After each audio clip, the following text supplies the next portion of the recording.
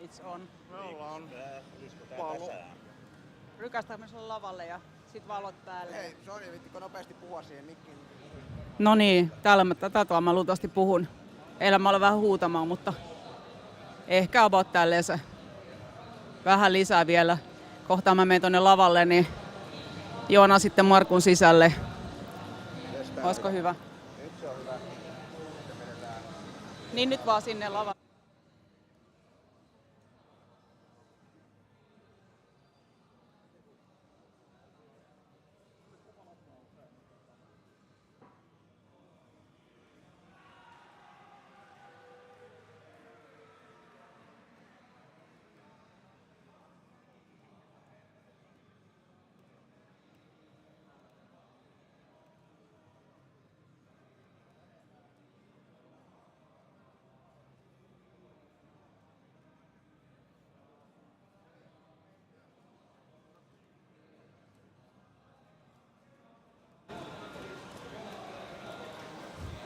Hi everyone, warmly welcome to ARTTECH Seminar 2022 edition. First of all, big thanks to all our sponsors that makes this event possible. So this year at the ARTTECH Seminar we'll talk about different ways to create interactive experiences. We have, for example, Rietro talking about his porrasturvat creation some 20 years back. We have Tyler talking about utilizing AI art tools in game concepting. We have AAA studio rendering. We have Hype tool guys showcasing their ways of creating games on the stage. So a lot of cool stuff today and tomorrow. But we'll start with Markku Reunanen. He will be talking about Alive Dead Media, how to create content for retro computers. Stage is yours, Markku. Thank you, Sonia. Hello, everyone. I'm Markku. In my daily job, a teacher at Aalto University, and then in my spare time, I'm involved with a few demo groups, Fit, Lievestory, and Decadence. Provided they haven't kicked me out yet, but not that I know of. So the topic for my speech today is Alive Dead Media, a course where I taught with supporting teachers, I taught retro computing. And why would we do this? How would we do this? Maybe some takeaways, like what did we learn out of all of this?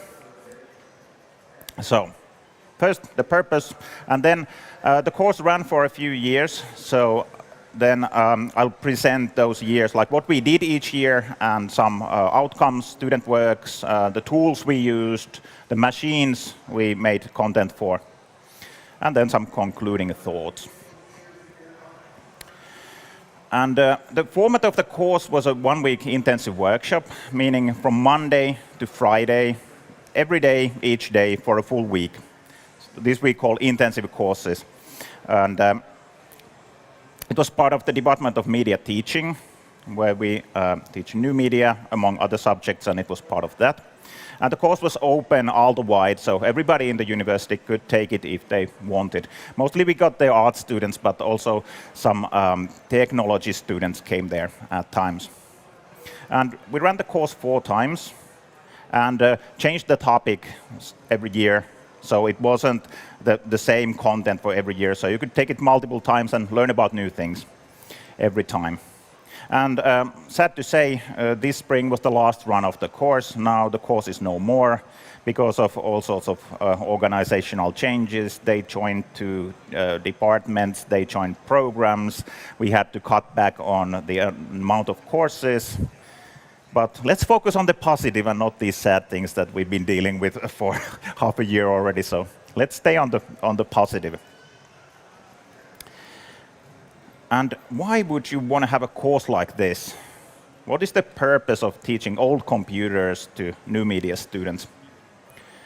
And the nagging thought I had when creating this course was that if you say studying painting, you surely know the classic painters and styles and like the big names, like the artist gurus. And in new media, there's much less of this sort of historical awareness, that the stuff we do is part of a larger, like longer continuum. And that also, I'd say, when you know that stuff, it creates you some professional pride. Okay, we are standing on the shoulders of giants, and now we know who the giants are. So it puts things into perspective. This is something that often doesn't necessarily happen in the field of new media compared to other say, art programs we have. And as a nice little bonus, these days retro is so cool. Everything is like pixel art and retro music styles and all that.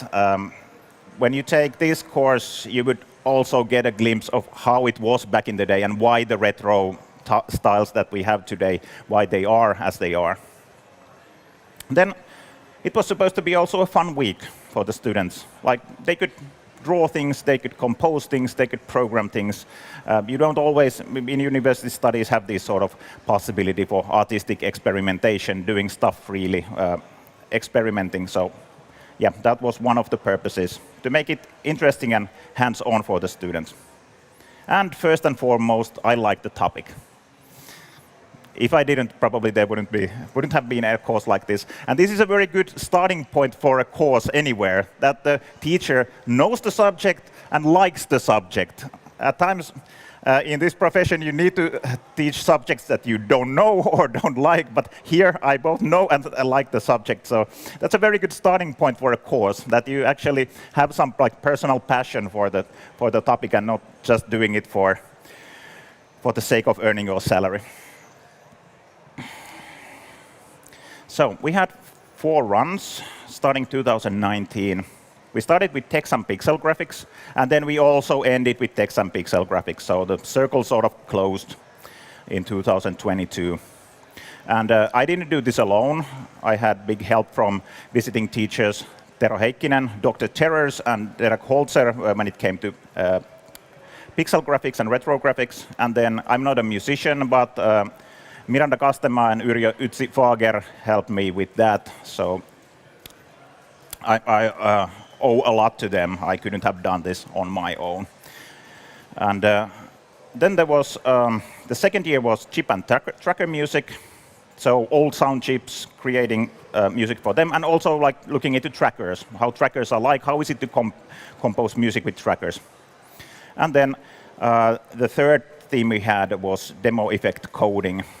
So how to do classic demo effects. Well, you will see what we did later, but that was the third topic we had. And then back to the beginning and wrapping up the course this spring, again with Tero and Derek.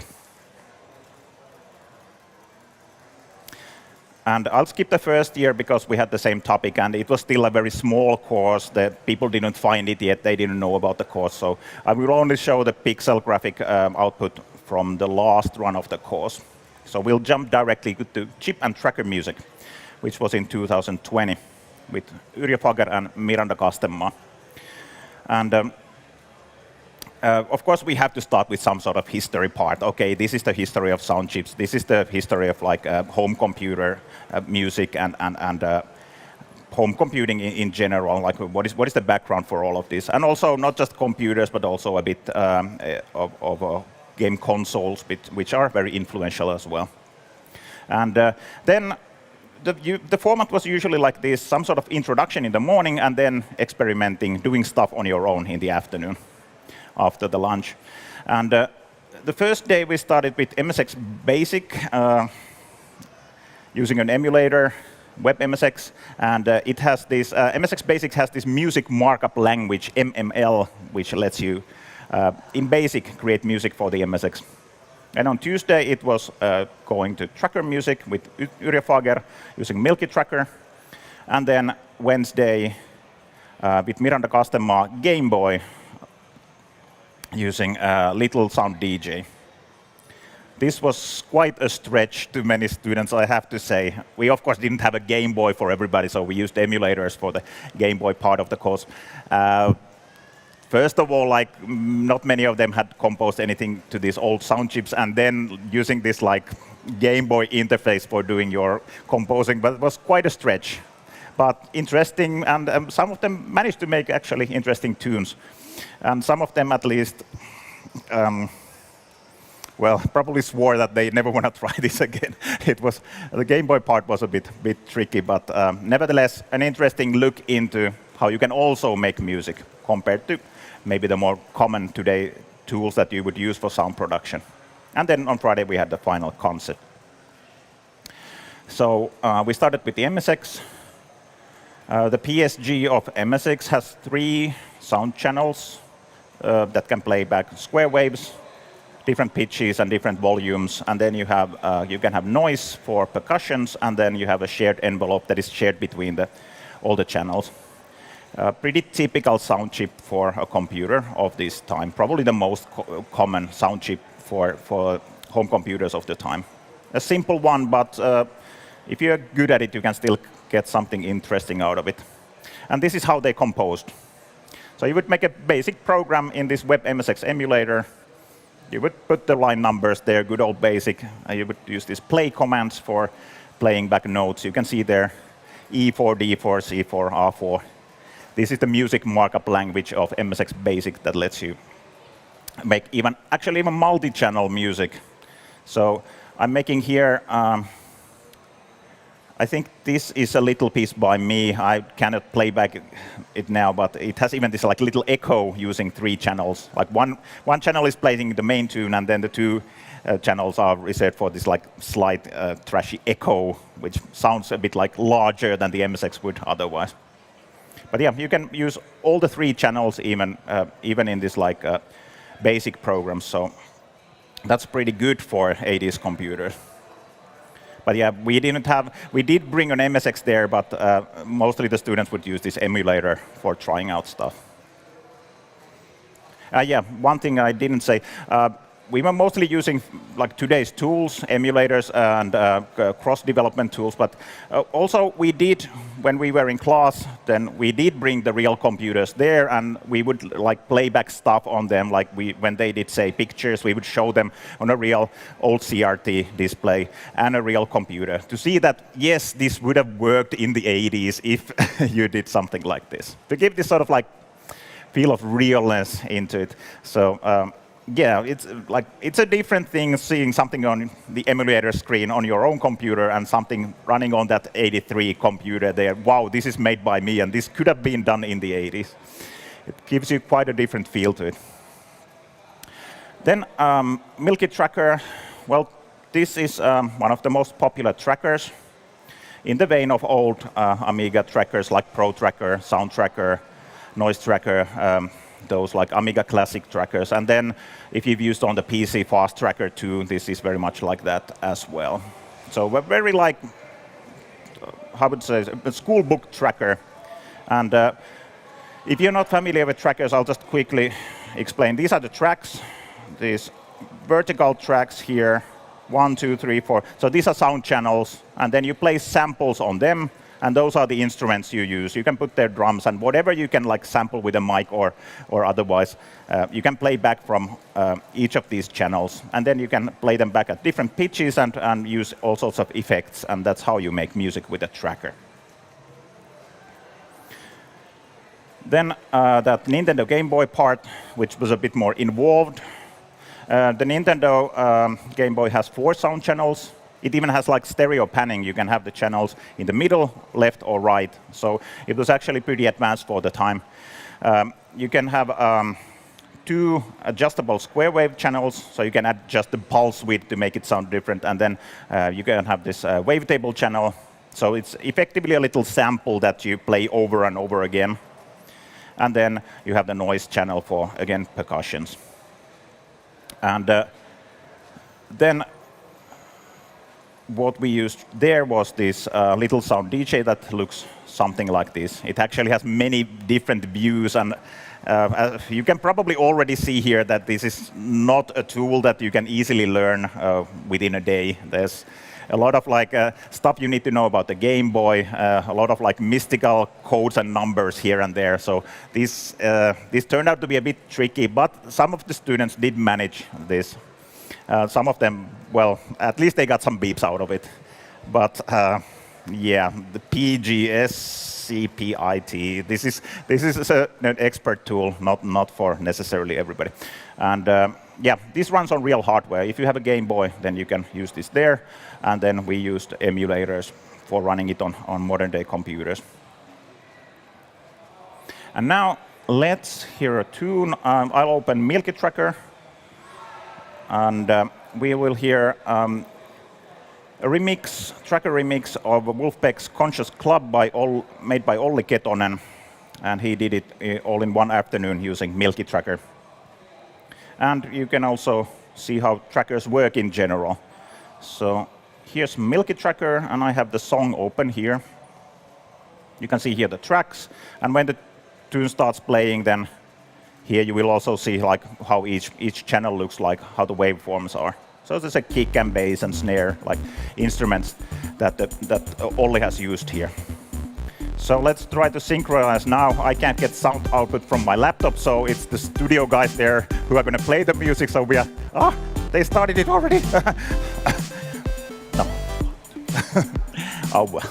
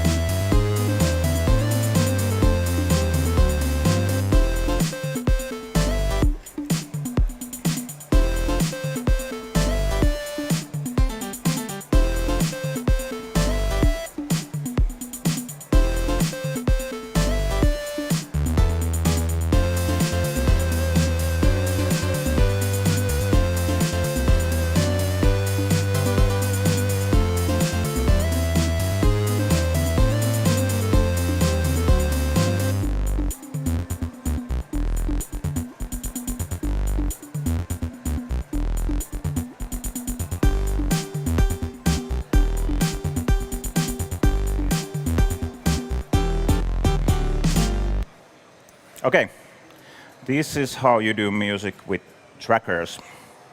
So you have here a note, you have here the number of the instrument, so this would be the bass, and then here on the right of each channel you have the effect. Effects are like volume or slide volume up, down, slide pitch up and down, these sort of commands that you can give to alter the music and make it more lively. And if you are a child of the late 80s or early 90s and had an Amiga computer, then you've probably seen some of this. Okay, then 2021. A bit more technical topic. Of course, to take the music course, you had to know something about music. Like if you didn't know anything, then would have been really tricky for you. Here you had to know the basic coding skills, at least our basic coding course, so that you could get anywhere with this course, but not awfully deep or complicated. Anyway, they are art students, not technology students, so we need to set the standards accordingly. But yeah, classic demo effects. How to make them, and we would use modern day tools for this, cutting corners, making it easier. But I would also always explain when I showed an effect, I would explain how was this done on old school hardware? What were the properties of old school hardware that were exploited for making this sort of effects back in the day? So that would again build a bridge between the past and today. And again, a little history blurb. On Monday, then we made a little fake crack intro, and I explained what crack intros are in the first place. Then we did a little Commodore 64 text mode programming experiment, and some more effects, and then Tero Heikkinen came to talk about ZX Spectrum graphics and how you would program for that. That again turned out to be a bit challenging for newcomers, because ZX Spectrum graphics are a bit complicated if you've ever looked into how to program that. Just to get a pixel on the screen isn't easy. But At least I hope it illustrated that it wasn't an easy job to make a Spectrum game. Again, Thursday was a public holiday, so we didn't have any teaching, and Friday, some more effects, and also we looked into bitplane graphics, how they work, did a little experiment with bitplane graphics, and then also what does it mean to have a selectable palette? Like what sort of tricks can you do by changing the colors real time? So really like 80s, 90s, good old demo scene tricks and tips. And on the left, it's me some years ago with Pete doing some demo coding at their place.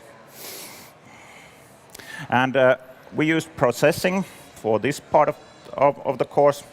So I would show, like we would together build, like little by little, an effect from scratch. And then they would have the chance, like some time to modify it, make it more interesting. This is how it practically went. So we started from a clean sketch, as they are called, these processing programs. We started from a clean sketch, typed it there, discussed like, okay, why do we do this? Why do we do that? And then when we got something running, then they could modify it to their heart's content and try making it more interesting.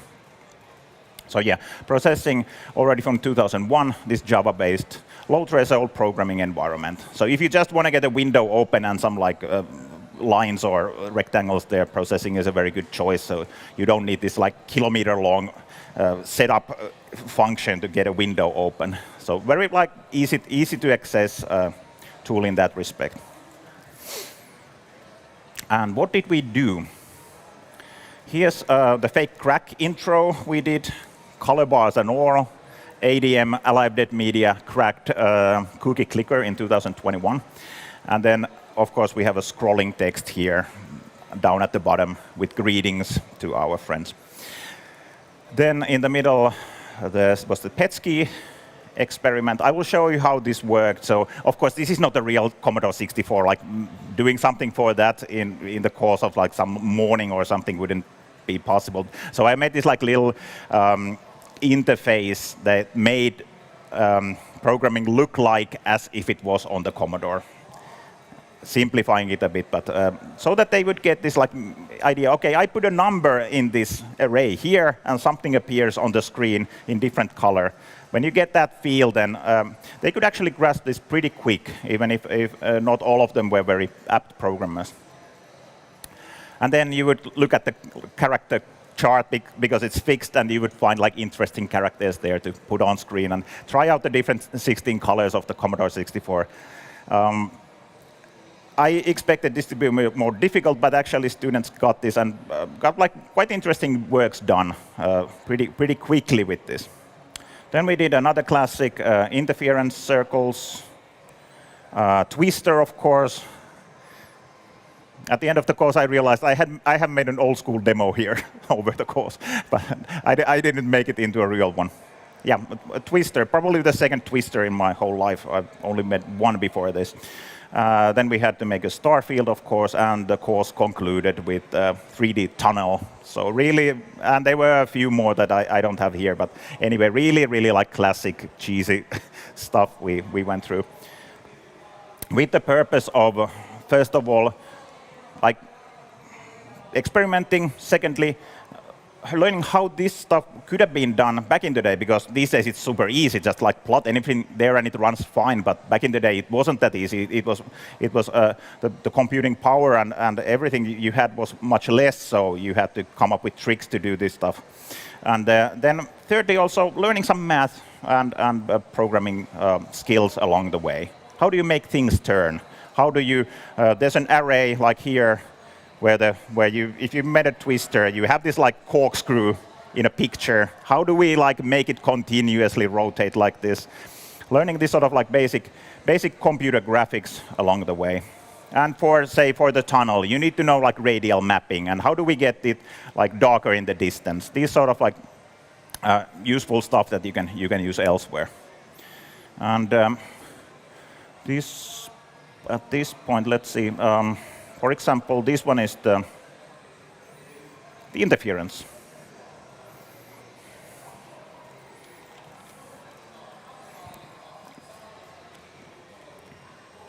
Like straight out of Bud Brain Mega Demo on the Amiga. Now, I have to say, it's just circles. It's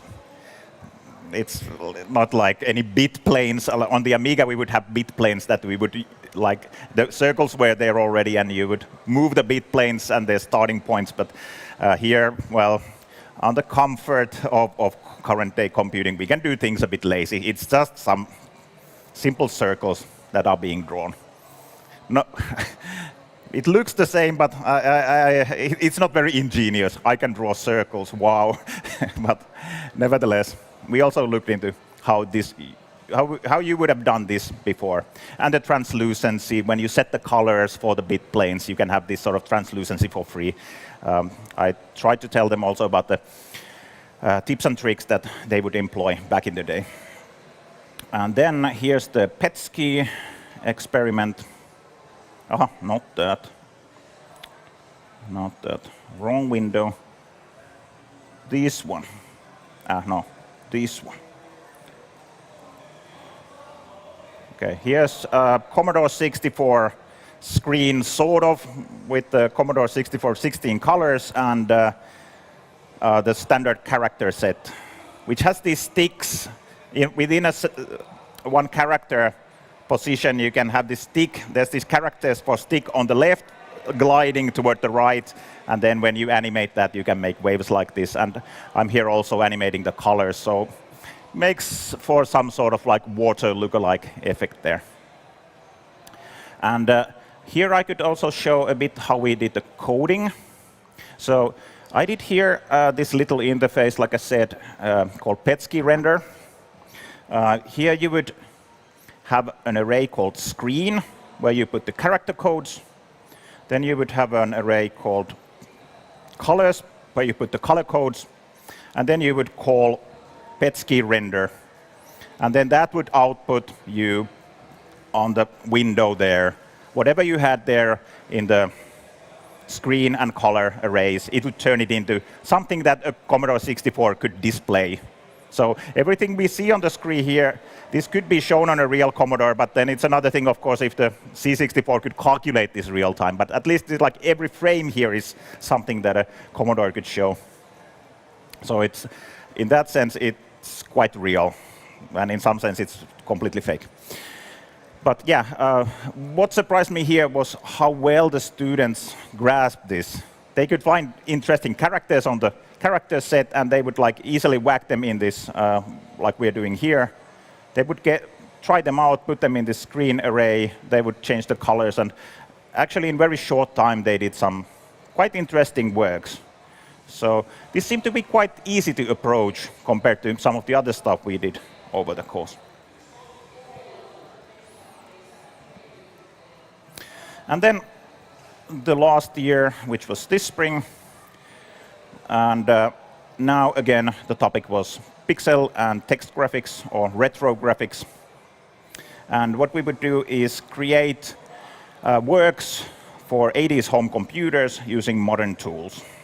So you would draw on your PC or Mac or whatever you had using a mouse and such, but then the output would always work on a real Spectrum, Commodore 64, Amstrad CPC.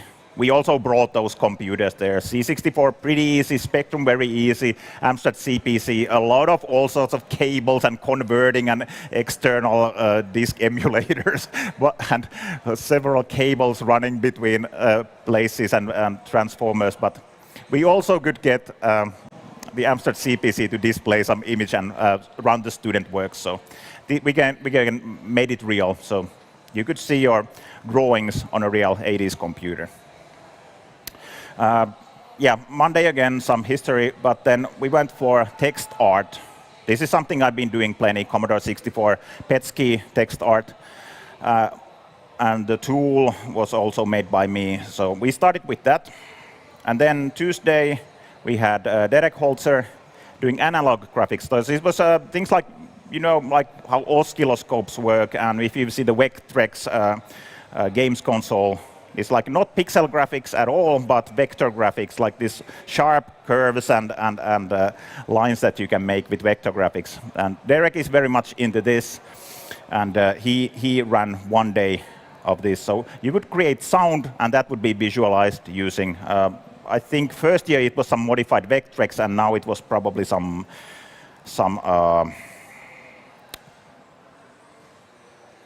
I don't remember if it was a laser or if it was just some oscilloscope, but nevertheless, like something very real analog compared to a flat modern-day screen like yours. Then Wednesday and Thursday were game mockups. First, a game screen mockup for the ZX Spectrum. Here, Tero Heikkinen came in and helped with this. And then Thursday was a game title screen mockup for Amstrad CPC. And Friday, we again had a screening of works. So let's see what we did and what we used for this run of the course. Commodore 64, for some of you, probably very familiar. Some of you, some alien old computer from '82. Nevertheless, the world's most popular home computer ever. And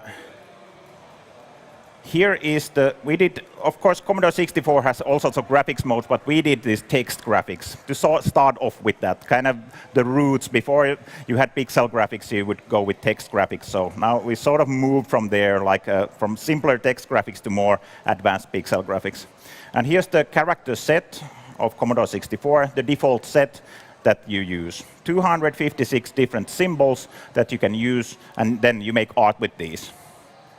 And Commodore 64 can display 40 by 25 characters. So that's 1,000 character locations where you can place any of these symbols. And you notice halfway through, it's inverted versions of the above. So it's actually just 128 glyphs that are then inverted in the second half. But yeah, of course, there's numbers and letters, but then there's also these like graphical characters like sticks, corners, turns, and these will let you make something more graphical than just text. And then at times the inverted versions are really useful. Say this triangle here, the inverted triangle points in the other direction. So this way you can make all sorts of geometrical shapes and even some pseudo 3D, as we will see. And here's the Commodore 64 palette, 16 colors. And something to note here, when we look into those two other computers we made graphics for, how the Commodore 64 palette is sort of designed. It's not just red, no red, blue, no blue, but somebody actually put some thought into the Commodore 64 palette.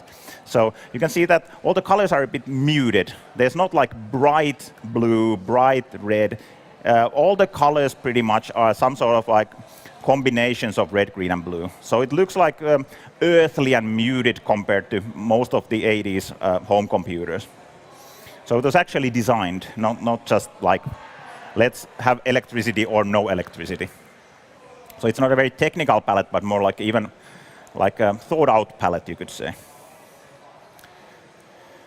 And the tool we used, made by me, I'm here very modestly claiming that it's a pretty good tool, but it is.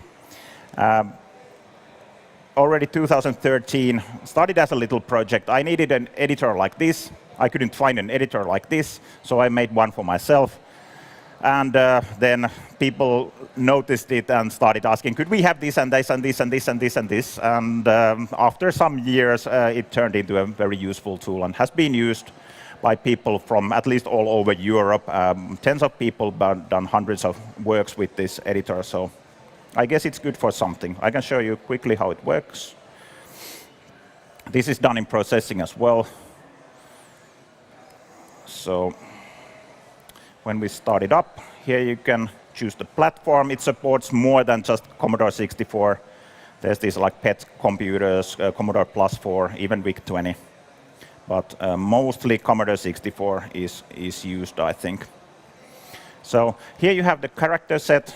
If you remember how it was here, you notice that this is a mess. Like, where's the lines? Where can I find the next line? You cannot. It's a mess. If you see it on a Commodore 64 keyboard, then you can find everything very nicely and conveniently there. But if it's just laid out like this, you cannot really find, okay, what's the next line? If you ever have the next line like to the right, a bit to the right, a bit to the right, you cannot really find them here easily. But if you type this stuff, you can barely see here.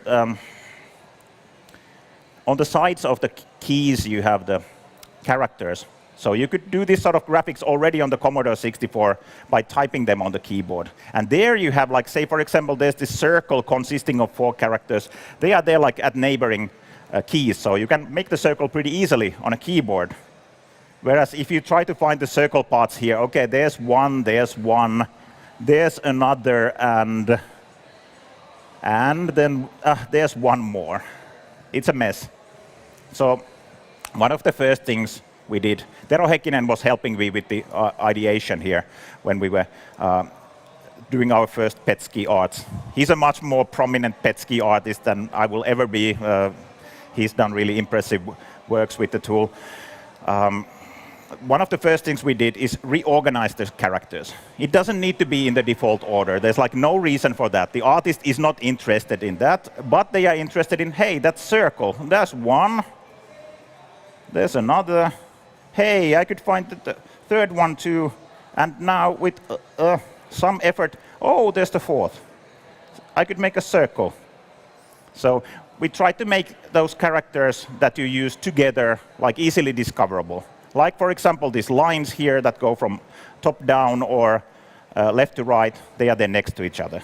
The little thing that made this much more useful to the artist. So they don't need to always find where was that character that I needed. And a lot more here. You can use the different colors.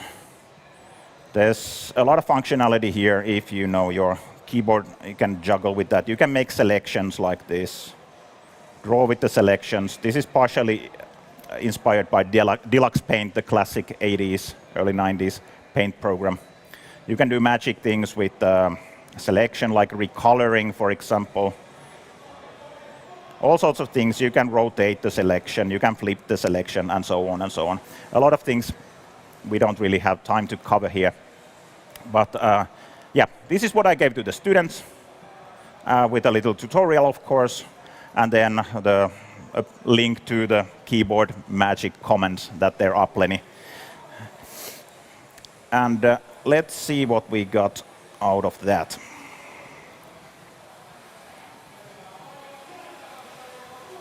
Here are 9 pet ski graphics that students did in one afternoon.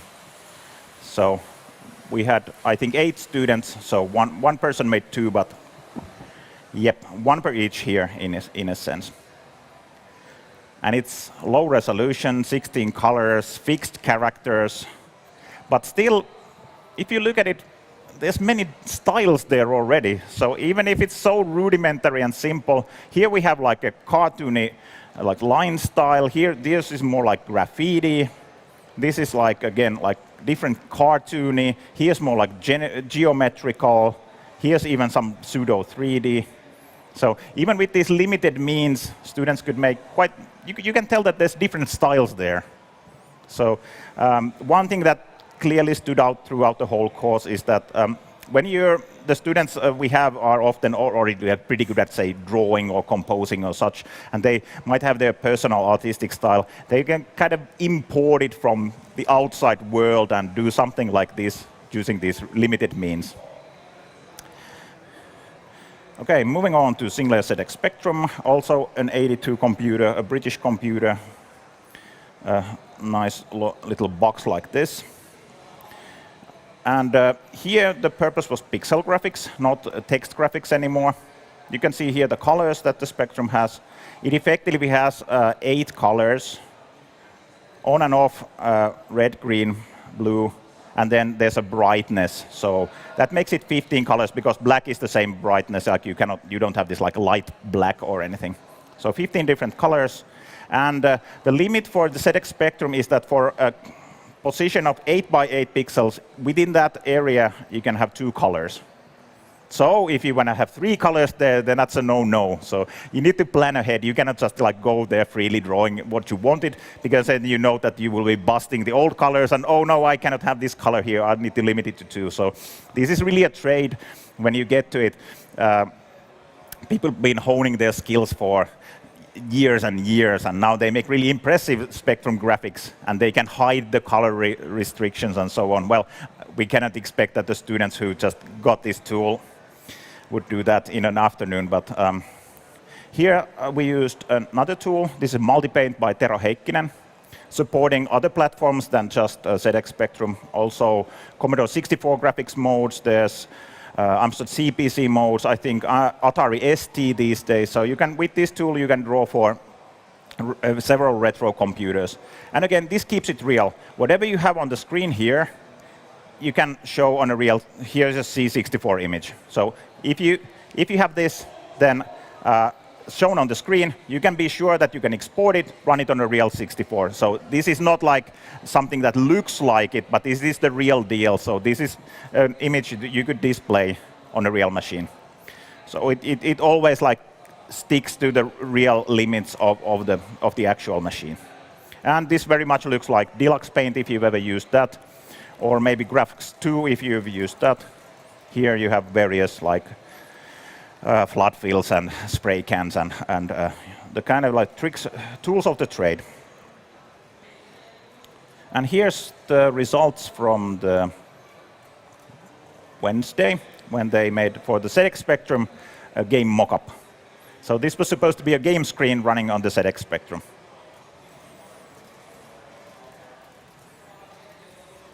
And some of them actually do really much look like ZX Spectrum games. For example, this one here, I could imagine that this would run on a real Spectrum. There was like little animations, probably you would avoid the enemies. Then some of this stuff may be a bit hopeful for the Spectrum. You could display the image, but for example, this sort of shoot 'em up with the ZX Spectrum capabilities with these big spaceships moving there. Well, good luck. It would be really an achievement to make this work on a Spectrum. But yeah, this one, maybe this one, I could see work on a real machine. This one too. So there's also like different kind of game genres here. There's all sorts of action.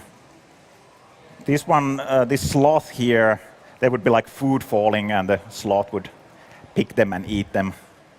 Pretty nice looking sloth rendition there in Spectrum colors and the palette. And here's some like ninja action, I think. And another space shooter. And the third machine, so we covered as many as 3 throughout the week. The third machine was Amstrad CPC from '84. One of the kind of later 8-bit computers already. And it has various graphics modes. We used this low res of 160 by 200 pixels. If you think of it, it's not square pixels at all. The pixels are pretty wide. They are about twice as wide as high. So you would draw with these horizontal sticks rather than square pixels. Then the Amstrad CPC is a bit more advanced color-wise. You can have 16 colors on the screen, but you can choose them out of a larger palette. This is the 27 colors that the Amstrad CPC has. So you can have 16 colors on screen, but each of the colors you can choose from this larger set of 27. Again, this is pretty technical palette, as you can see. It's not like very well designed. CPC graphics tend to look very colorful, like circus-like, because of this. This is just, again, like some red electricity, a bit more red electricity, a bit blue electricity, this sort of almost on and off, like we had with Spectrum here. Same sort of idea. More or less electricity, not like what would be a good color for making something. Not very designed palette. But let's see what the students did. And now, the big difference here compared to Spectrum, you can have free pixel placement. So now, finally, you can choose the color for each pixel. So you don't need to care about those restrictions, how many colors you can have in a block of any size. So you can here do pretty free-form pixel graphics. And they did. And this was supposed to be the title screen for the game they did on Wednesday. So this is the kind of abstract version of the game and the title screen, the attract screen, and then the game would start after this. So we had this, for example, this was the shooting game, and this was another shooting game, Slime Fight. What was Slime Fight? Is it this? I don't even know. And even this sort of Star Wars rendition. And Sloth was already nice here, and then, well, you can probably tell here, this is not the first time this person is drawing. Aurora is drawing like any any pixel graphics, so it already has this like nice character, and there's even some little dithering there because 16 colors is still not a lot, so you would use like neighboring colors to make these shades, and that's a big trade of its own. Yes, we are almost done. So just quickly some final words and reflection. What did we learn? 4 runs of the course, 4 years. How did it go? First of all, the course found its audience. First, it was the first run. I think we had only 4 students. Toward the end, it was always more or less 10. So it found the audience. People who are interested in the subject knew that there was a course like this, and some of them would come like already like a second time when they'd taken one theme. Then they would come next year for another theme. And you could see that they put a lot of effort into those works, even though at times the tools were alien, clumsy, and like graphics modes and such difficult for them at the beginning. Then you could still, like, some of them kept going with the images, like improve them in their free time after class, and try to make them like look good for the final presentation. And definitely a lot of experimentation and effort from the student side. So one takeaway from this would be reserve time. If you're ever going to do something like this, then reserve time for that experimentation. It takes time, and it also is motivating instead of just like listening and repeating what you do there. So give time for that. We had lively discussions on various subjects, hardware, software, games. Also a bit more like a wider scope, say the history of computing, and at times, for example, British games, why were they so special? Like, what was so weird about British games? These sort of topics popped up. Like, there was this like social commentary on British games that you can't really find on other games of the time. So why was that? Why is there Manic Miner? Okay, Miner, Britain used to be like a big mining country, and so on and so on. So these sort of further topics and discussions popped up over the course. And a lot of things came together here. There was art, of course, you did creative works. There was history. There's a history to these machines, history to these games. Then there was plenty of hardware. Why is it that things look this way? And then software. Like, why do those old computer graphic title screens and such, why do they look so trashy very often? Well, you probably would draw them on a joystick instead of a modern computer and a mouse. So there were these like reasons for things as well. So it's not, the hardware is still the same. It's been that for like 3 decades at least. But then the tools have improved vastly over that time. So now on today's computers, it's much easier to create content for retro computers. So in the academic field, there's these traits of media archaeology and platform studies. They are very much in these same lines. And then one thing, not necessarily a bad thing, but a tricky thing was that if you're going to have a separate, different topic for each year, that's a lot of work. Okay, let's find again like people who could teach this. Let's again make more slides. Let's again like find readings for this. Let's again like prepare exercises. So yeah, this was at times heavy. Rewarding, I liked it and all, but if you need to change the subject every year, then at some point you probably run out of relevant topics and need to go back to the old ones. But all in all, I would say the course was a success, and I was happy to give it. And also, it seems the students liked it and put their heart into it. So this was one of the best courses I've taught, I have to say. But Alive Dead Media is dead. This is what happened with all sorts of organizational changes. And the course is no more, unfortunately. But maybe it's alive after all.